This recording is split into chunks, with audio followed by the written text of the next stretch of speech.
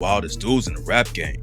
Most fans know a little about his street activities, but today we're taking a look at the wildest jail videos from when he was locked up on a murder charge. A lot of dudes behind bars were fighting their cells to avoid getting caught by the guards, but Von was so ready for action, he didn't care who was around. A surveillance video from the jail shows him jumping someone with his homie right in front of a guard. The two of them beat the guy all the way down the hallway, and the guard don't do nothing but get out of their way. Eventually, some more guards showed up and pepper sprayed him, and that's when Von ducked off to wipe his face. After it went down, the guards interviewed Von about the situation. When they asked him what happened, "Why'd you get made?" I was in the hallway. You was in the hallway. I was in the barber shop.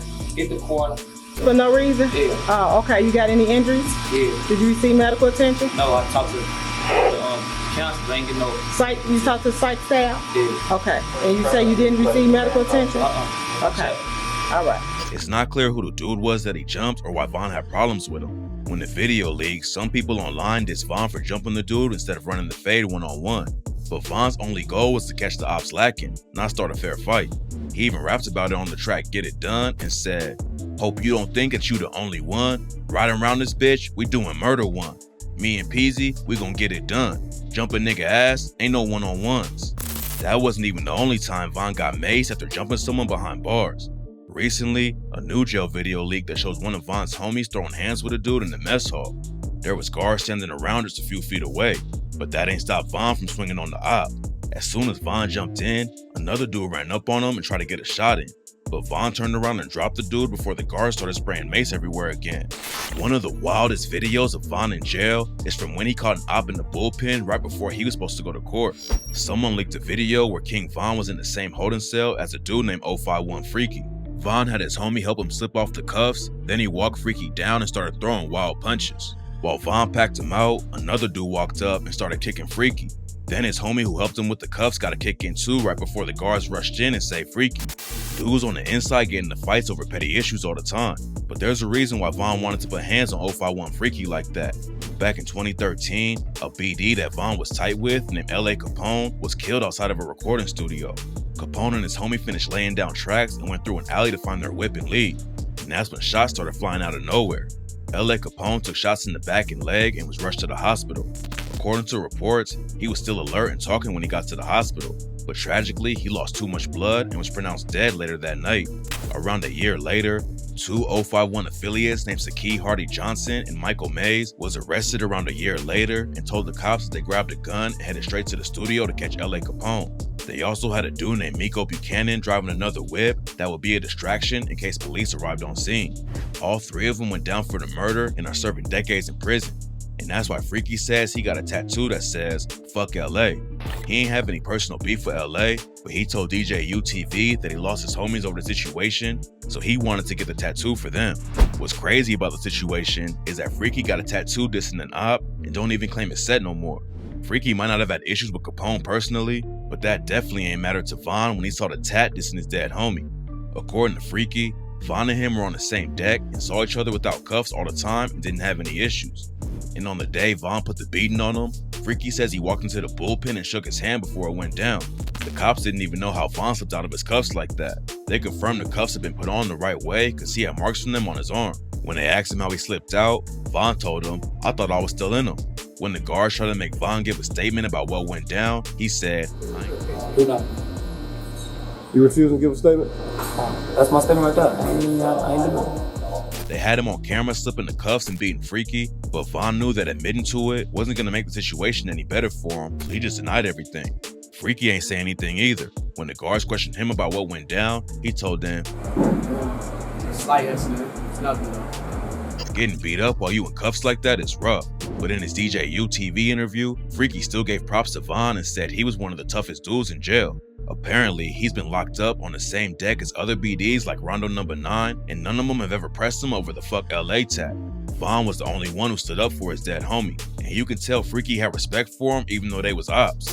Another crazy video that came out is when Von told the guards he was gay so he could get moved to a different area of the jail. Von told the guards he couldn't be on the same deck as Jeff McGraw, aka Lil J, and that they was trying to kill him over there. He told the CEO that the dudes over there are Christians, but they have a problem with gay people. They supposed to be a Christian, but they got a problem with gay people. The guard asked him if he was requesting protective custody because of his sexual orientation, and Von said yes. So because of your sexual orientation, you're requesting protective custody, is that correct? Yes. Okay. Von even saw a dude on the other side of the doors and said, Bye, look, Josh.